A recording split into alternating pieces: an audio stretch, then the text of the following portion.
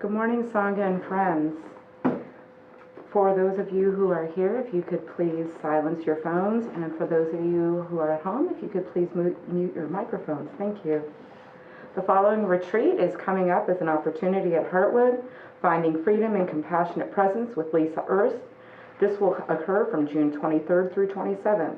For more information and to register, please visit the Heartwood retreat page on our website. Venerable Kanawati is offering a new book study that began last Thursday.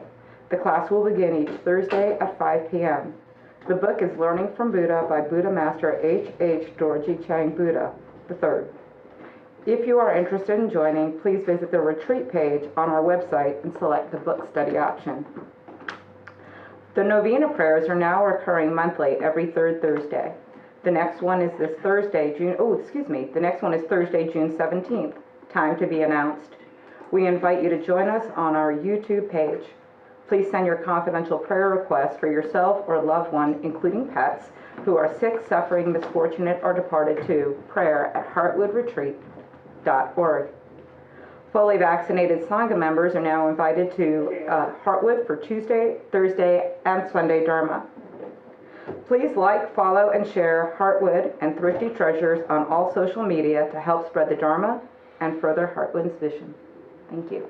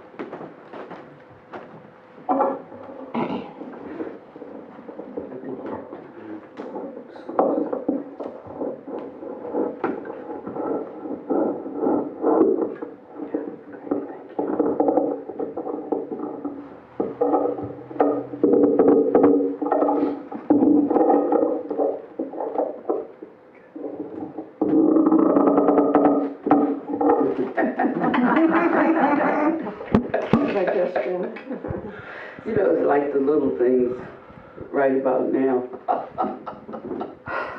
We can always find something,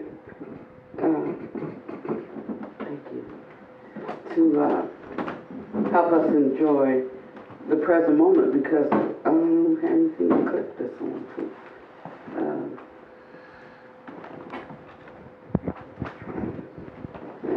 Because that's all we have is the present moment. Isn't that right?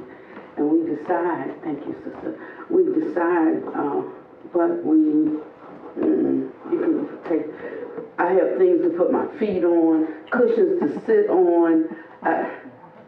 Can you take that? No, just take this. Yeah, thanks. That's a legacy from Sister Clear Grace. She comes from a tradition that, well, of course, her teacher is one of the, even though she never met him personally, because he's been sick ever since she's been, you know, a part of his monastery of Thich Nhat Hanh, but they, you know, highly, highly respect him, and therefore they highly, highly respect all those who speak in his stead, and they do all of these elaborate things. That's why we've had like some of these grand parties and things like that, and it's kind of different for me. I did enjoy it though.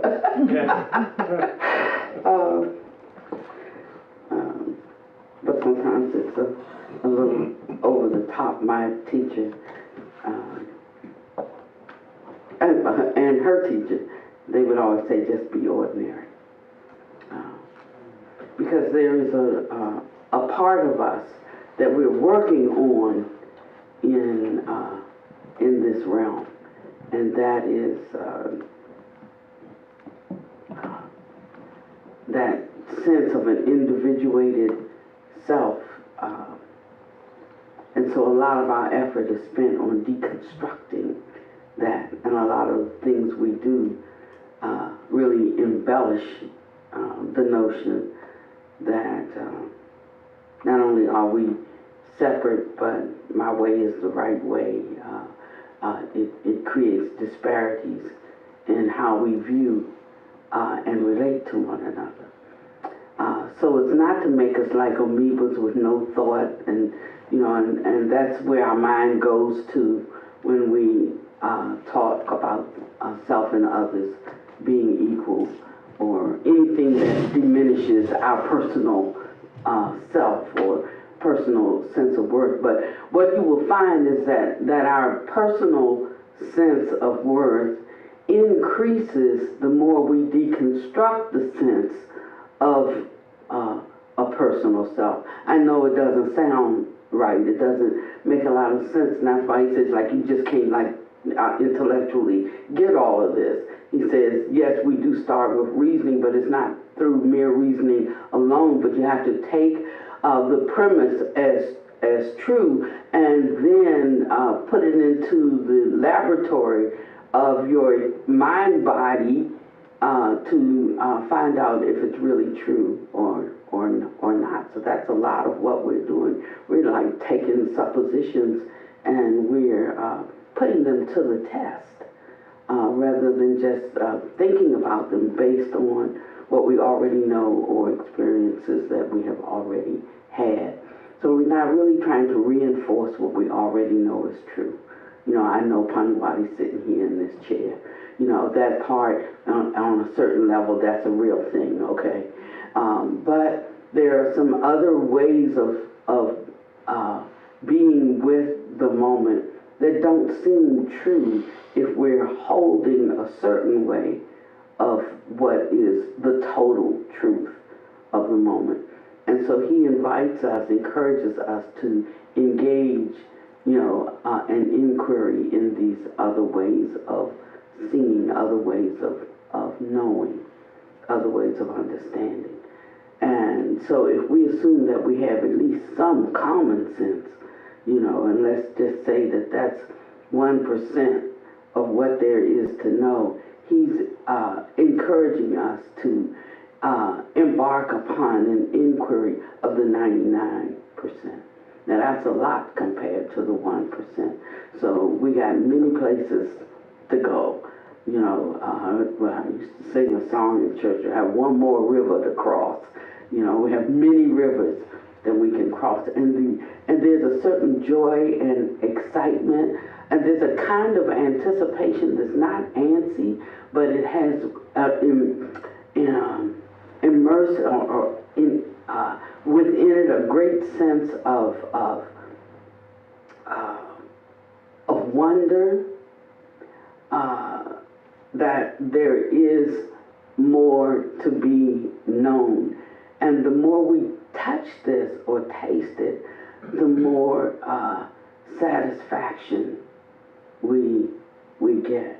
I was thinking about that song today, I can't get no satisfaction. And I try, but I just can't get no satisfaction. So he just needed an introduction to the Dharma, because it has a way of satisfying our deepest longings. I thought that the greatest experience one could have would be a longing for the divine, but longing has its own suffering, it's like no matter how good it gets, how sweet it is, no matter, how wonderful the taste, there's still the grasping for more. But what I love about the Dharma is it takes that particular prick out, and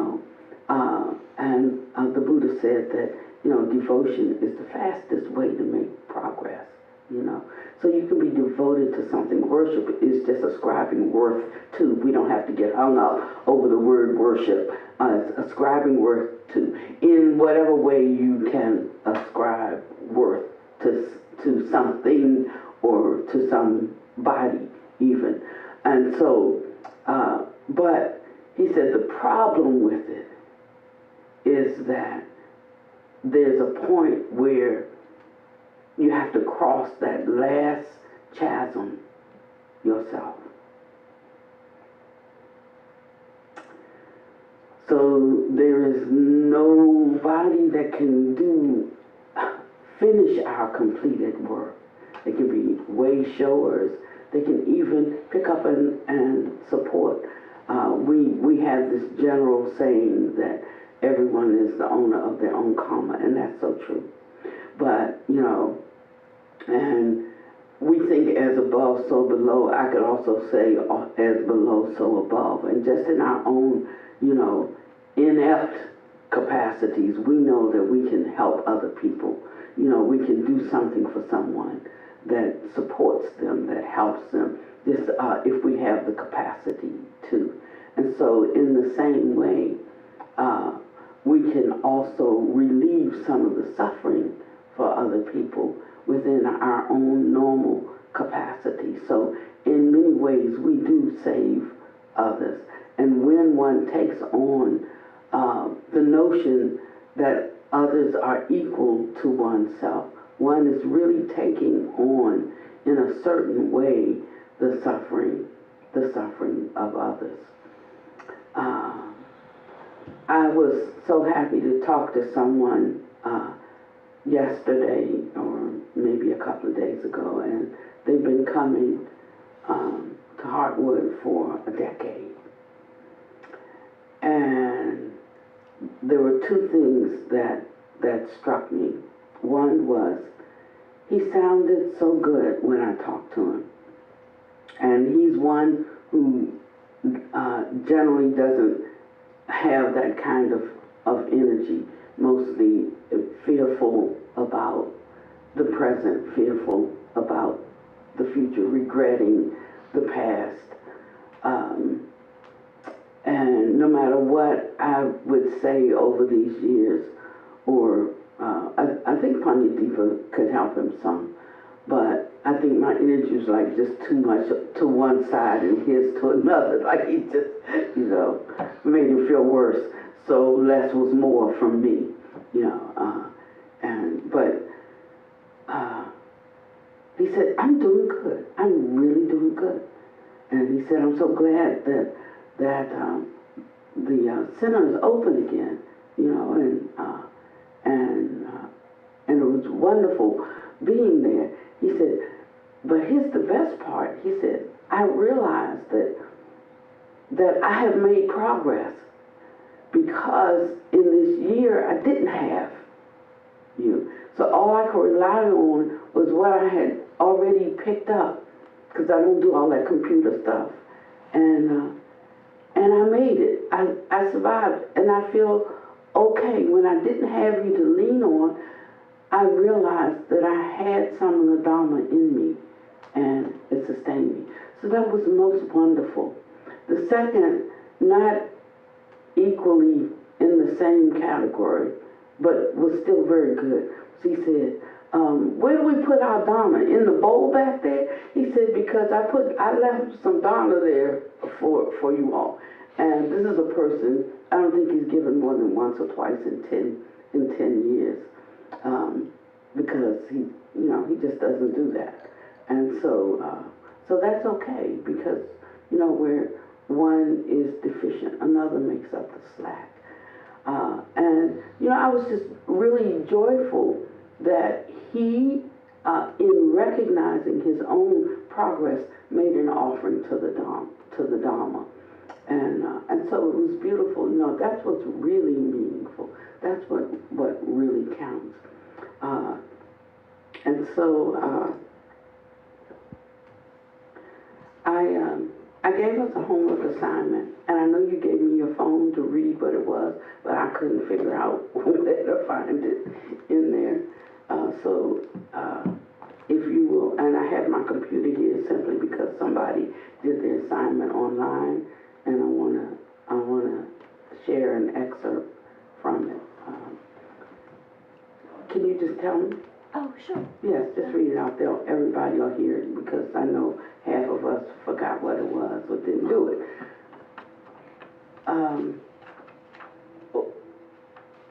Could we open some windows in the door? Yeah. hot. Did we turn the AC on today? Before we started? At least we'll have some air circulating. I'm sorry, next session we will have the AC on to cool the room down. What if we made everything we did an offering to others? What if we change how we think about, how we approach, and how we execute what we do or what we say? And then the reading. In the sky there is no distinction of east and west. People create distinctions out of their own minds and then believe these distinctions to be true. Look and see. Notice when you are creating a distinction between you and someone else, and when you note it, how could you go back and review that engagement if you hadn't crafted that distinction? And then the end just says, Venerable wants us to see how often we are doing this and what kind of obstacle it brings to harmony. Okay, great. And does anybody have the other assignment from last week? The one from the week before?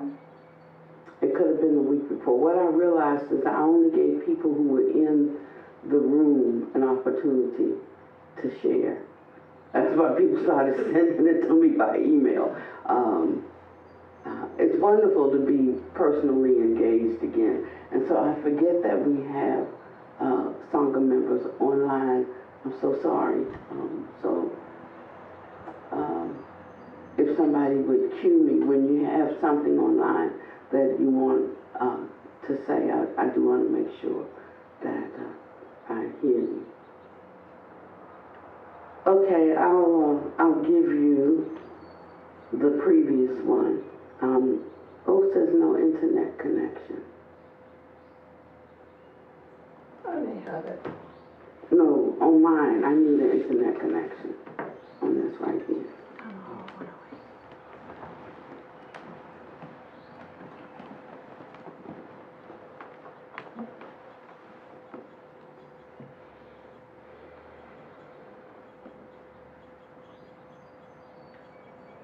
So by the time this is done, everyone will have their comments together, right? So we won't have to wait.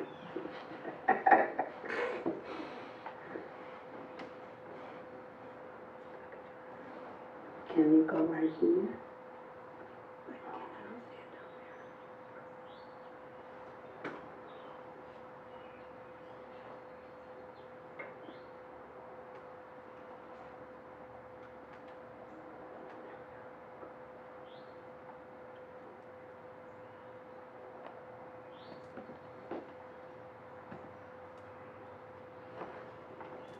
What are you done with?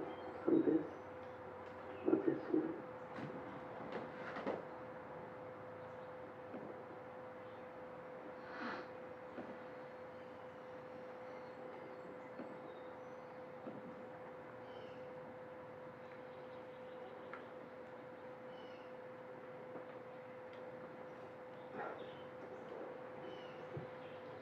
Try this one.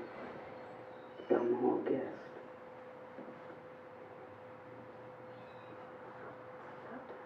No. Okay, so I'll let you just take this over back there to him. Thanks. Okay, so would anyone like to share?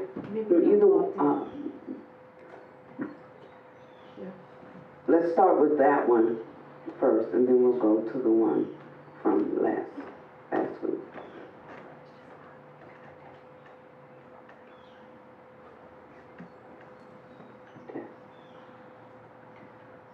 I recognize that for me, the more I practice the concept of I am connected and I am not just one, the easier it became and the more it made sense, and that I had a tangible that I was able to give as part of this. A student's mom's friend had made some beautiful wire jewelry, and she gave me just a lot of this beautiful jewelry as a gift. And in order to thank the team that supported us through the school year. I brought all of the OTs and the PTs and the speech therapists and sent some out to other support networks and shared it as a gift of gratitude, because I realized it wasn't me, it was all of us as a team and all of us as one that were able to contribute to the success of the group. Even right down to the males that I said, you may not want to wear this beautiful wire jewelry, but you have families who supported you. And because of their support, we all came together. And I saw that as a really nice practice to share something that was more hands-on versus just mental love and compassion. And for me, that was a different kind of sharing. It felt really nice. Thank you. I like that notion of more than just a mental love and compassion. The actual engagement, what we literally do, as opposed to what we think. And most of us are in a pattern of thinking. That's part of our practice, right? The loving kindness, and we're thinking this and we're wishing that. But at some point, it translates into actual spontaneous actions. I have this whole dialogue going on because our Dharmacharya retreat starts on Thursday, and some people have gotten, very comfortable with online retreats, and they want to, continue with the first go-to is, can I do it online? And the answer is no, because there is something about the vitality and the spontaneity of the moment that makes things what they are. And so, I have great praise and admiration for Zoom as a technology, but it should not replace our coming together and creating the kind of dynamic that impacts, and sets a spark of life into the moment that has forward-moving potential. And so, I just had to bring it down to where the rubber meets the road, and it's no way possible that I could that you can live stream my retreats, because and I couldn't even give you a schedule. We may have a class for 20 minutes, and we may have a class for 2 hours. It just depends on what's happening in the class, so I can't send you a schedule. No, you just have to be here for this, and if you're not here for it, just try to make the next one, because you just keep trying to figure out ways that you can accommodate. But it's really about us. That's just one more way we use everything to try to fit our own, to make us comfortable, to fit our patterns, to fit our ways. And we have great ways of talking about this, like planning, making it accessible to everyone. Well, just like my Buddha master told me, in order to be here with me in this training, you have to have the means to get here. And if you can't, then the karma is not right. The time is not right for it. He didn't make no apologies. I'm not taking up an offering to help you get here. None of that, And so there were many times I wanted to come, but I couldn't come. Sometimes I say, something's happening. Get here now. And I'm like, look, I got a plan. He said, I understand. And that was the end of the conversation. But there's something really true in that, is what I'm saying. A lot of times kids get so frustrated because they cannot understand the reasoning or the rationale behind a parent's instruction. But the parent does understand. And sometimes you can't explain it. It's something that has to become a lived perspective. But when we have to press in for what we want, there's a certain value that we give to it. But there's also a certain value that comes from it that we receive. And so don't always be looking for the easy way the easy way out, the way that we can easily justify. Sometimes we suffer loss because the time or the condition is not right. And it just makes it more precious the next time when we can actually attend. So that was my final on it, because don't send me another email. You know, if you didn't register and you're not planning on being here butts in the seat, then you're going to miss something that's going to be fantastic when we come together. And there's nothing else I can say about that. Did you get it working? Not yet. Not yet. Not yet? Not yet. Not yet? Okay, so there's a thing that says we can connect, my computer can connect to the Wi-Fi in this room, right? But you have to have a passcode to put it in, but I don't have the passcode. Would it be on your phone? If we do have the passcode, I don't think that was the problem. That's not the problem. Okay, I do have a phone. Would it work off your phone? I mean, I don't know that much about tech, but I know some people Okay, can do so if you emails can off of open my phone, I'm looking for an email from, his last name is Han. You need your face. Oh, wait, see my face. Okay, there you go. So thank you so much for sharing. Okay, somebody else. Yes.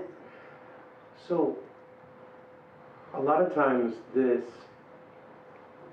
not separating myself from other people because we're all one or we're all the same, that's my interpretation, is very, very helpful in my life. And I do it a lot whenever it's hard to understand somebody with whom I disagree politically or who has been rude, and a lot of times it ends up being not that I think only hierarchically, but to think of myself as the same as people who don't have as much privilege or wealth or education or whatever, that we're all the same. And that's really, really helped me and helped my compassion and love for other people. And this last week, I feel like for the first time I took it in a different direction, where sometimes when I'm confronted with somebody who I know who got a position that I wanted or a gig that I wanted, or they're doing something that I always yearned to do but could not do, and so there are issues of jealousy, which I don't deal with a lot, but when they do come, I often feel intimidated by that other person. And so in this case, the philosophy that they're the same as me, we're all the same, we are one, there is no separation, really helped to then just be joyful for their own accomplishments, and not to have this sort of, to try to be happy, but have a little tinge or a little bit of jealousy that also was in my stomach. That's just what happened to me. Mm-hmm. And we have to pass through this phase, and we continually go through it as we're shaving off the sense of self. The sense of self can be a superior sense, or it can be an inferior sense. It doesn't matter really which one it is, superior or inferior. But what do we call that when we are training? That's what he's talking about, training to take, to have joy in, thank you, that's it, to have joy in the successes of others. What do we call that? Sympathetic joy? Altruistic joy. Mudita? Mm-hmm. Mm-hmm. So that's joy in the successes of others. And it is built upon a certain basis, right? Actually, the fruit of it, what it does is it uproots jealousy. Because what comes after, well, before that is the cultivation of what? What's first? Loving kindness. Mm-hmm. Yeah, loving kindness, just loving, being kind. I mean, it doesn't cost us anything to be kind to someone. Matter of fact, we get upset with people that we think are not kind, or we think that are not rude, and we become not kind, and we become rude, because we get upended by someone else's. You notice how outraged we can get when somebody is rude or not kind of like we just didn't really see ours rising. You know, we like that's righteous, you know, anger or something. I mean, we have a term for it, but it just actually shows us whenever that rises up in us that yeah, we have it too, and this is what they're feeling right now. You know, so coming to a conscious awareness of it is the first thing. Making the choice to stop it at the moment, even though the emotion is there, the feeling is there, is actually the discipline. It is what actually allows us to uproot it. We can think what's right till the cows come home, but being able to do what's right in the moment it's not so easy. So the real work is not in thinking in the right way, but following that thinking up with an action, a specific action that counters or that becomes a container for the unwholesome thought and corresponding feeling that is arising. So that's our work. So we can see our work goes on all day. It doesn't go on just on the cushion when we're thinking about it, you know, but it goes on almost in an unconscious way throughout the day. And part of being mindful is the greatest part of being mindful is to detect it sooner and sooner when it's arising. He said that's why it's important to be in the body, you know, to have a sense or feel for, you know, we're not overlooking our feelings. We're really becoming aware of them with the first little bit of movement, with the first flutter, with the first tightness in the gut. You know, that causes, you know, a shift in the mind. So by the time it gets to the mind, it's out. That puppy's out the gate. You know, and it's about catching it before it gets out the gate. We have cats at the Hermitage, and you know, whenever you go to the door, they're so nosy. Cats are, you know, so they want to see what's happening, but they also use that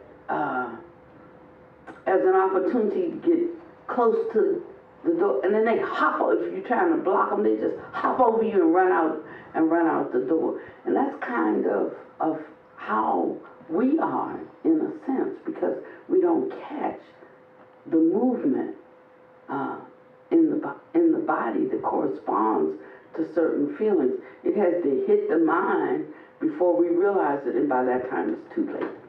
So some of the practice is or I would say some of the fruit of practice is catching it sooner and sooner and sooner. So we have a situation where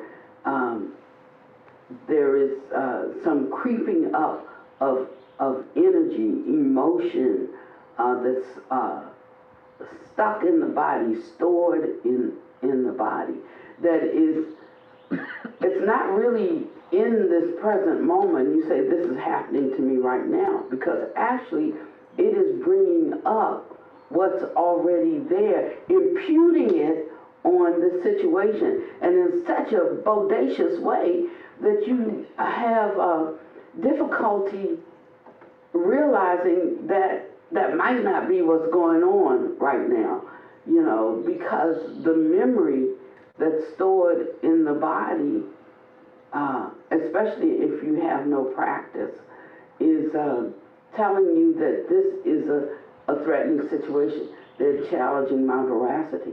They are looking down on me because I'm of this group or that group. That, you know, and you assume that this is what's happening without being really, and then the aversion arises and you start separating and setting yourself back, you know, before you even before you even recognize it or realize it. The thing is, once we start in one direction, it's hard to go, put on the brakes and turn around. We like just go with it. We work it out later.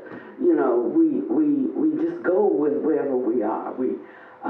There's something, and that's where the ego gets in and gets tied up in it. You know, like, now I can't, it's hard to step back because I already bucked up, you know, and now it's hard. It hurts our feelings to even take down, you know. But yet we really believe, and we're trying to do a practice of tolerating a slight and overlooking a fault. He said that's the fastest way one can grow and develop and drop or shed the ego.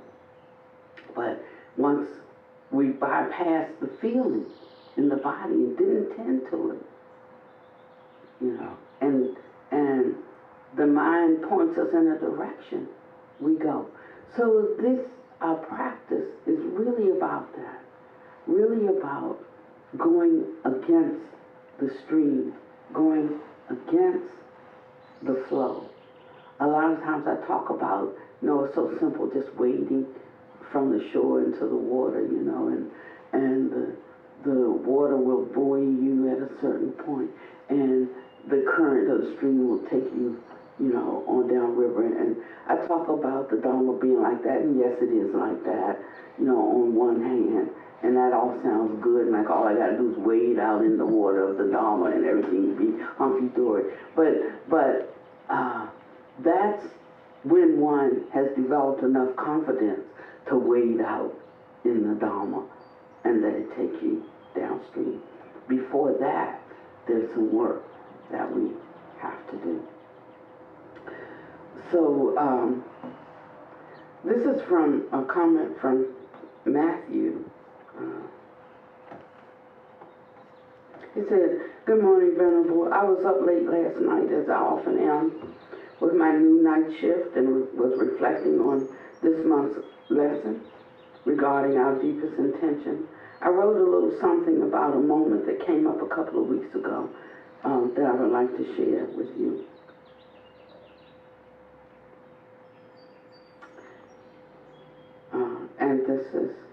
And this is it.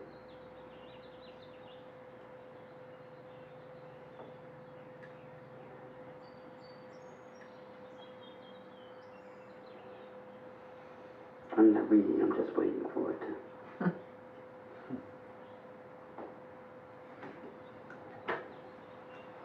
See how patience is a virtue.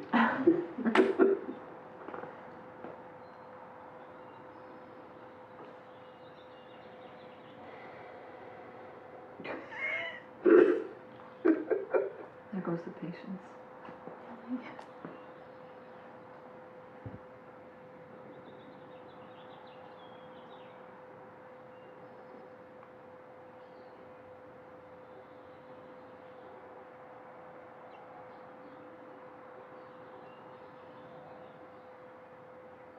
It's still loading.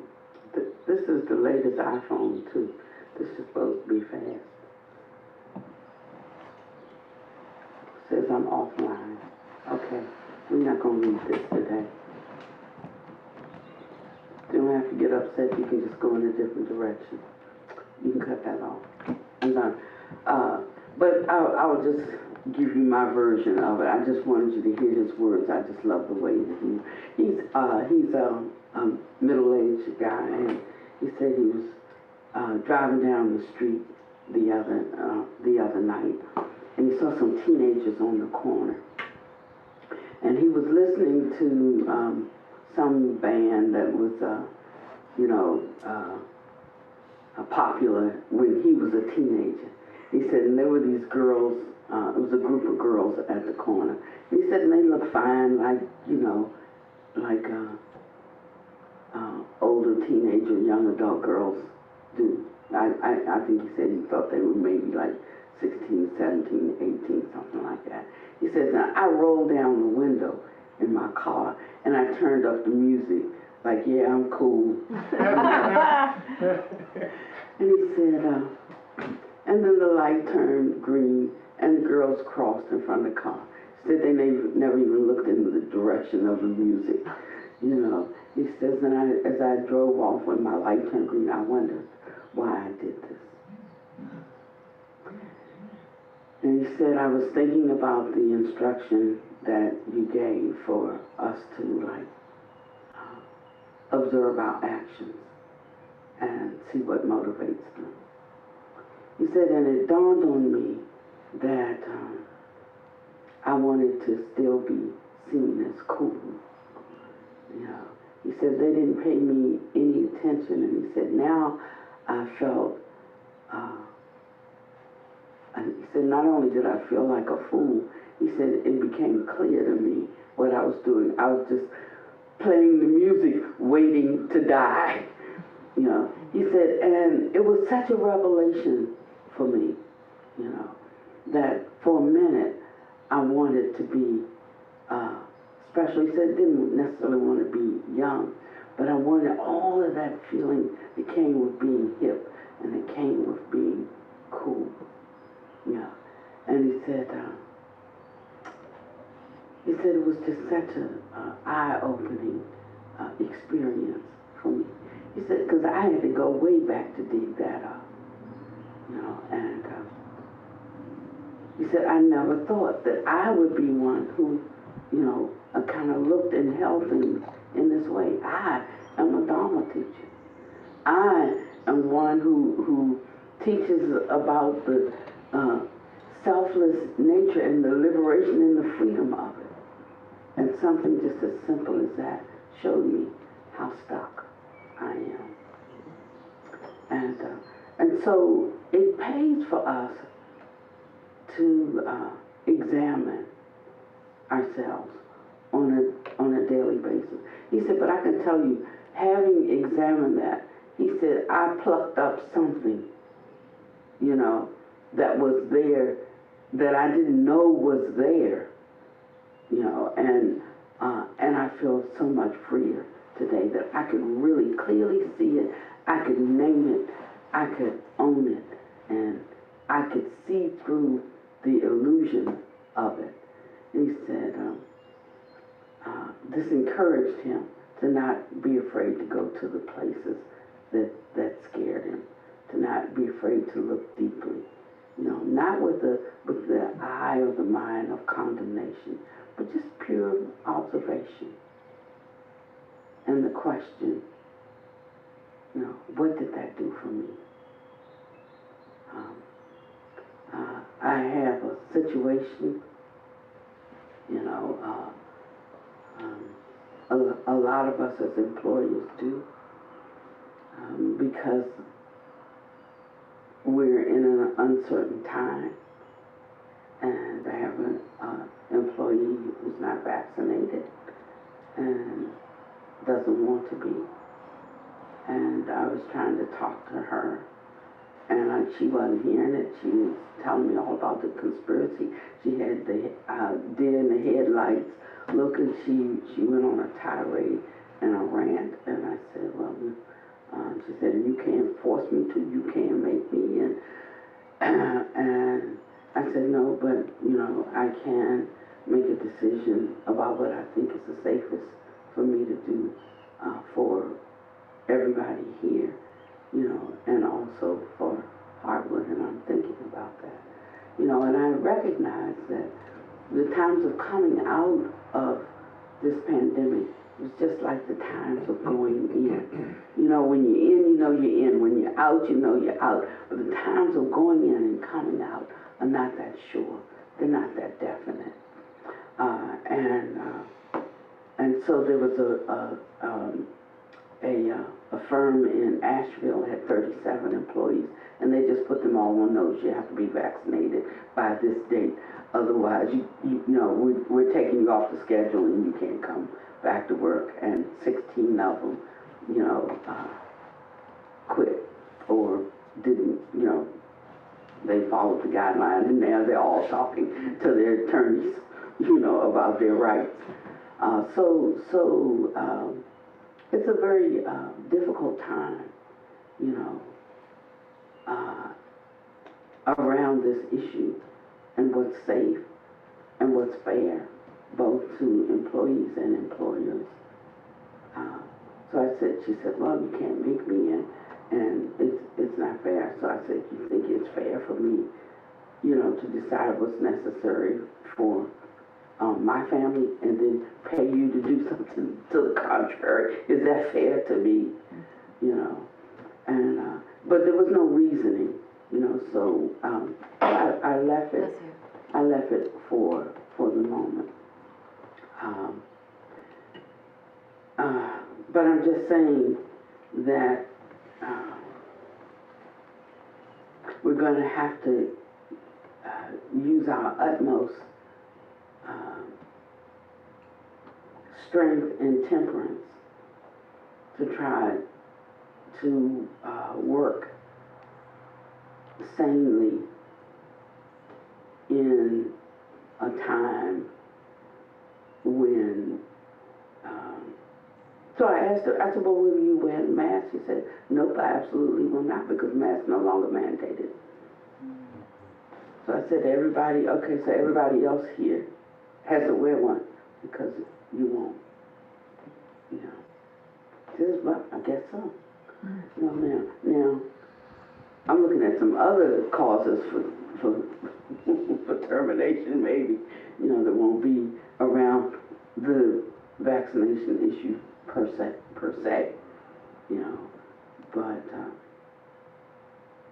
but even my own children are not going to be able to talk to me in a certain way, so certainly other people are not. But I'm just saying that we are going to be constantly confronted on every end with people who have a different view, or people who have a different manner. But what I could clearly see with her was the fear that came up when I mentioned it. She immediately jumped at me and went off on a rant. And as I said, her eyes glassed over, they got big like this, and she started breathing, heavy. I could see all the reactions to both fear, to intimidation, and I knew that I needed to de-escalate the conversation at that moment. So if you think that because you learn the Dhamma and you understand how things are intellectually, that it's going to solve all your problems, it absolutely is not. Matter of fact, it's probably going to create for you more problems than it solves, and it's just a matter of whether you see them as problems. I do see it as a situation, and that's going to require a decision on my part. And I've been, sharing it and trying to weigh in.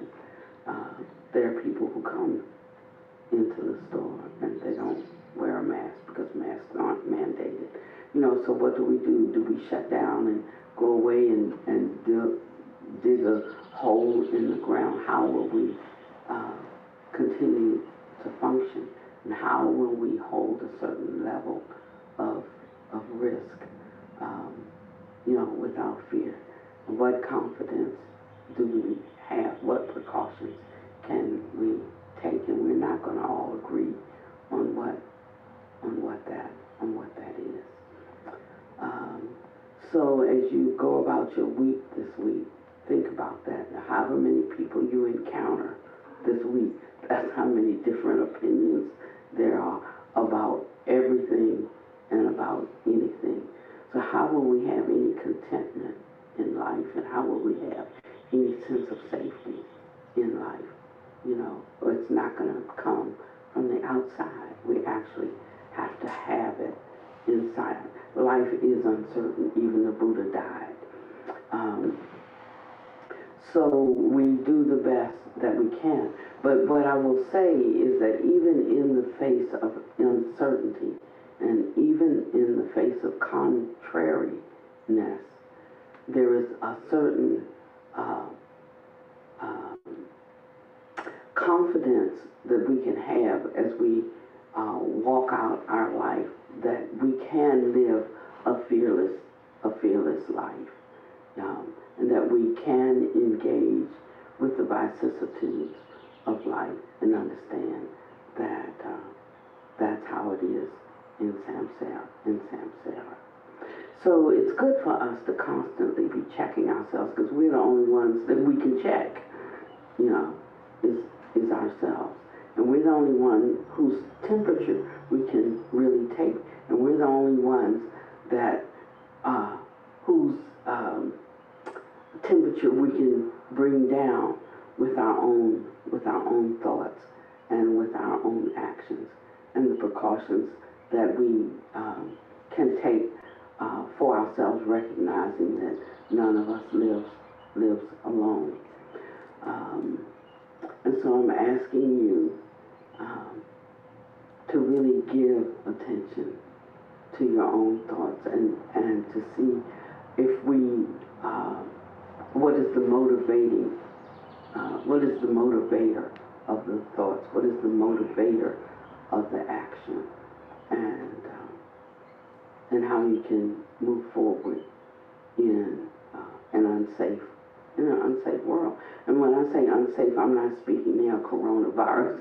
I'm just speaking of being in the world with other people, and some of them are not good people. I'm not speaking of her. She's a good person, but some are not good people. So we're so upset over the gun violence and all the things that are happening, but we're with people who don't want to change laws to help make it any more safe. Then what shall you do? How does your Dharma protect you in the world? And when I say protect you, I don't mean it can stop a bullet, but how can it give you a frame of mind that you can walk through a dangerous world and still have a sense of inner peace and open-heartedness towards other people? That's the victory in this life. Not that we will always be physically safe, but that there's a mental security and stability that can be taken up, even though we recognize that we live in a dangerous world. And if we don't look at these things, then we won't know that. And in the moment we're confronted with something, we will not be able to hold the moment. We'll not be able to handle it. And it will produce a great fear and great sadness in us. I'm usually very animated when I talk, but the past few weeks, I have not been.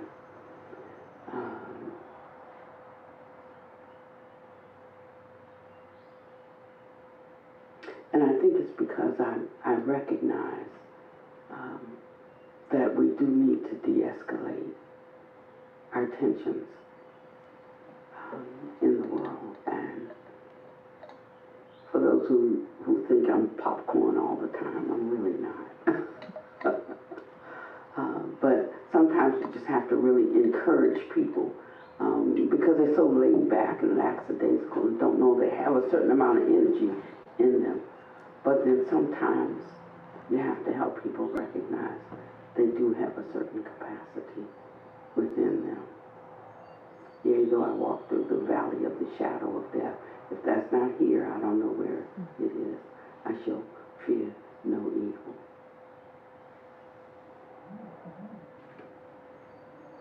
And this is where our practice of loving kindness comes in to play. And it's not just saying, that one will be kind. It's actually finding ways to do that, little by little, toko, bit by bit, until we find that fearless part in us that allows us to walk boldly. There was an article that I read in the Buddha Dharma magazine, and it said most of us are like dogs. Now, dogs are incredibly lovable. But he was talking about if you throw something at a dog, a dog tries to catch it. I had a dog once, and we kept him in the yard. He never came out. But one day we were in the front yard, and we decided to let him come out in the front yard with us. And it was dusk. And my son would play, would throw the ball at him all the time. And he would run and grab the ball and bring it back. So they do that all the time. And he saw a ball coming at him, a big, bright, shiny ball. And he ran, and before we could stop him, and he jumped to catch the ball, but it was a headlight. And he was struck. And he died about an hour later at the vet's office. And I so regretted that I had let him out, let him come into the front yard with us, just to play, just to have fun. But he wasn't ready. He wasn't trained to be in the front yard. He didn't know the difference between a car light and a shiny ball. But in this article, it talked about us being like a dog. So like if we throw the ball, the dog runs after the ball. He said, but we should be like a lion. He says, if something is thrown at a lion, instead of him following what's thrown, he looks to see where it came from. He puts his awareness, his attention on where it came from, not what it is. And that's what the Buddha asks us to do. That is the cornerstone of mindfulness, is to understand not what, but how things come to be, how things arise. And that's where the wisdom, where the insight is. And so when the next time you're angry, or the next time you're fearful, or the next time you're overly exuberant, or the next time you're sad, or the next time, just whatever's happening in you, ask, how did this come to be? How did this arise? And you will begin to follow the trail back to the builder of that house. And the Buddha tells us that craving is that builder. Craving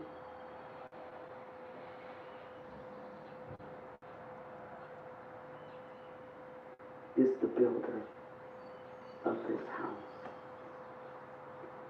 What we like, we want more of.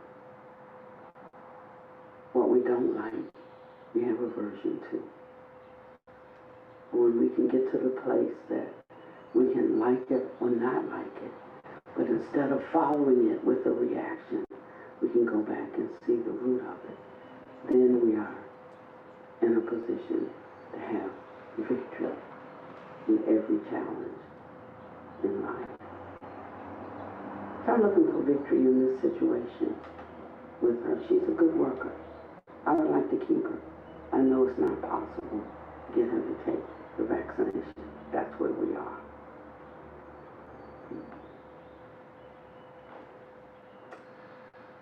And I'm looking for the wisdom to arise.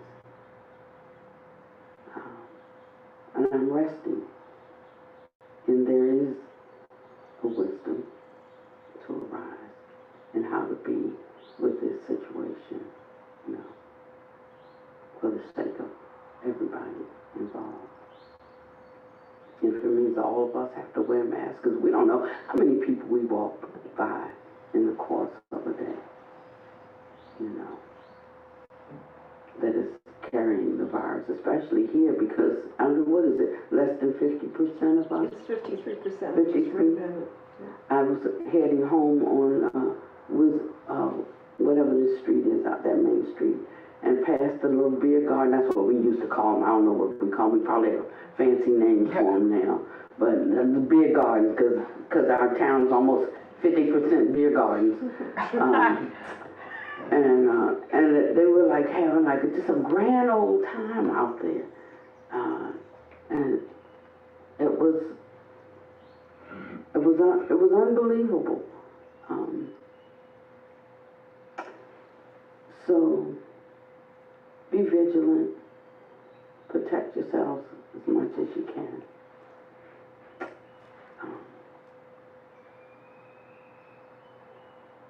Yeah, I guess that's about all I can say. Is there anyone from out on the line that wants to share something today? I'm sorry that I ignored you last time. Yes, Suka? yes, okay.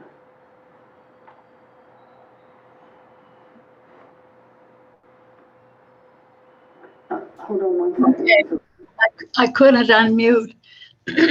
This week, I was at a grocery store, and the cashier was, I'm sure, very angry about something. And the word that came to mind that described how she looked was frosty. Her face was tight. She wasn't smiling. And she was very efficient and very good at what she was doing. She did her job, but I could feel the wall that she put around herself, like, don't talk to me, don't mess with me, I'm just doing my job. And at the end, she turned to me and in a very small voice said, "Have a nice day." And it was just words, it was just robotic. And I was aware of my feelings and I was irritated. And some of the thoughts that went through my mind were, I wanted to say something to her about how she was acting. I wanted to say, why are you being like that? Another thought was I wanted to report her to her supervisor. Another report was, oh, I should be very kind and sweet and compassionate and say something very lovely to her. But I didn't do any of it because I knew that that would have irritated her as well. So I just did nothing. I just reflected what she was, except I was irritated. I took my bags and I went out to the car, and on the way, I had this insight. I went, oh my, she was doing what my mother did to me all during my growing up. When my mother got angry or upset, she would get cold. We could feel the chill in the house. And she would keep that chill for maybe 3 days. And you couldn't talk to her. The best thing we could do was leave. So I'd leave, go to another room or somewhere and read a book, but never spoke to her. But she was very efficient, just like this woman. She did her job. She made the food and washed the clothes and kept the house clean and did everything that a good wife and mother would do. But she was just cold. And so I realized that this cashier had tapped into an old memory of mine. And I went to the car and I had bought a donut. So I sat in the front seat and just sat there and ate the donut. And I thought about, oh my gosh, this was my mother. Now knowing this, how should I have acted? And I thought, well, with my mother, there was nothing. The best thing was to leave her alone, and because she was saying by her actions, leave me alone. And that's what I did with this woman. But your talk this morning just spoke directly to what I experienced. And I'm thinking now, after listening to you, that at least I could have just smiled at her and internally had compassion for whatever she was experiencing. But that's my story. And that's how we actually grow. Once we have the insight, then what do we do with that insight? You know, when you sat in the car and you realized that it was your mother, that was the moment that you could direct your heart and open your heart to her.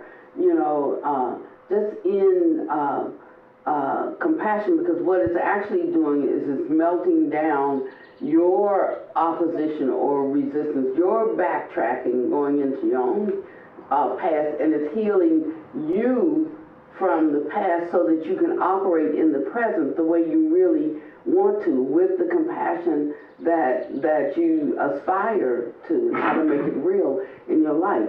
So when we realize something, right then is the moment of the training. And then with a softness, just thinking about her softly and fondly and wishing her in that moment when it's a genuine wish. It's not like when people walk in the door, we say, welcome to Thrifty Treasures, you know, and we're no longer even, you know, I did it to somebody last week. And then I thought about, like, I just remembered, you know, like, hear the ding, the bell, somebody comes in, welcome to Thrift, you know, and then I say, yeah, and I really mean that. I thank you for coming into our store. And it changed everything right there, you know, but I caught it quick, so it was right on the end of that. But I had missed it in the beginning, just doing my robotic thing, you know, and I recognized that was like a loop, and it went as far as the words rolling off my lips, you know, and then I turned around and because I really do mean that. And that's how we line up our letting our words and our actions agree. And then we won't have inner torment.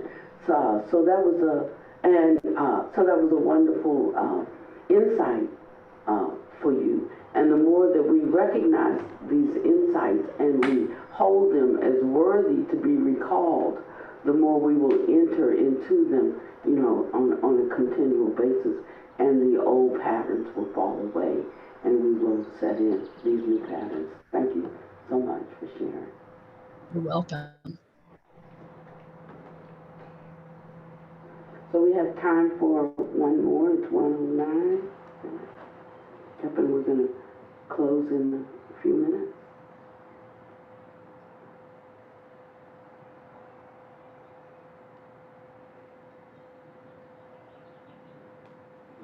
I think what she was saying also is like you fall into someone else's trap until you're not stuck yourself.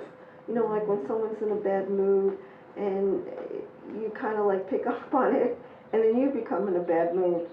But once you be on that, you know, I guess you feel real confident in yourself, or that just went through you and it didn't matter anymore. Then you're like, I guess at the next stage. Well, it goes back and forth. I said for that minute, right? Yeah. I got a phone message. You know, we're not sitting in an office where every time the phone rings we pick up, you know, Heartwood Refuge, you know, and so we have it records and we check it. You know, actually it's sent. The recording is sent to my phone now, which I need to give that to somebody because, you know. And I'm listening to this phone message, and it says, "Hi, this is so and so. I've called at least 20 times today." Now that's not true because it records every message and sends it to my phone, right? And this was the first one that I had gotten, and she may have called the day before. She said she did, and so I had already directed somebody to make a call and try to address that. But I called at least 20 times today. I think it's really rude that you don't bother to return my call when somebody calls you that many times. Must be important. I want to know why you charged my credit card. I don't even know who you people are. And then she went on this rant, and she ended up at the end calling me an MF, you know. And so I said, okay, well, I won't pass this one on to anybody. I'll handle this one. And I tried to return a call, but I wasn't able to reach her. So I left her a message, you know, and I gave her my cell number, but she hasn't called me yet now. It's been 2 days. But I said, you know, I don't know. Oh, she said, and I'm bringing the police up there tomorrow, and something else for charging my card without me being present or something, she said. And so I called her back and I left her a message. I said, now, even though you called me MF, I said, I still am interested in talking with you in a very civil way and rectifying this. I said, I not sure what's happened, but I've checked and I don't think anyone here has charged your card.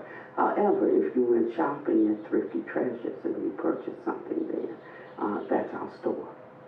And so that's probably where a charge occurred. I said, at any rate, I'd like to make sure it gets rectified today, so if you'll call me back.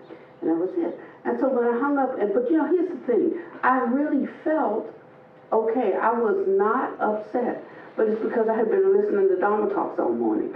If I hadn't been listening to Dharma Talks, Panawati would have been there in blazing color, you know, and that's why it's important for us to keep hearing the sound, you know, of liberation.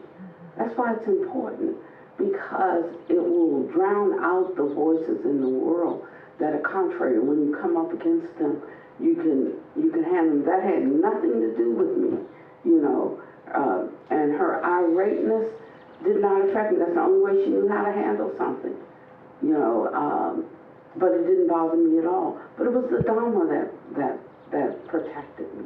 Just hearing the Dharma, I wasn't letting nobody mess with that in me, that feeling that I had in me. When we talk about the Dharma being a protection for you, that's what we need.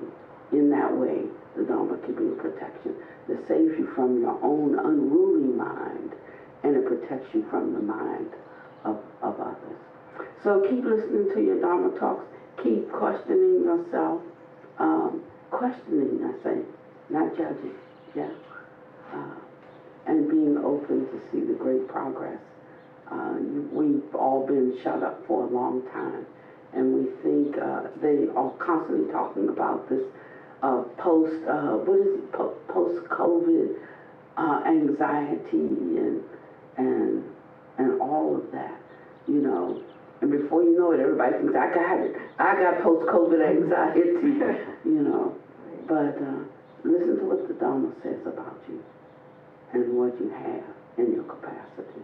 And I think most of us will be able to bypass the post-COVID anxiety, right? May you be well and happy and peaceful. May no harm come to you and no danger. May you always be able to meet the inevitable difficulties of life.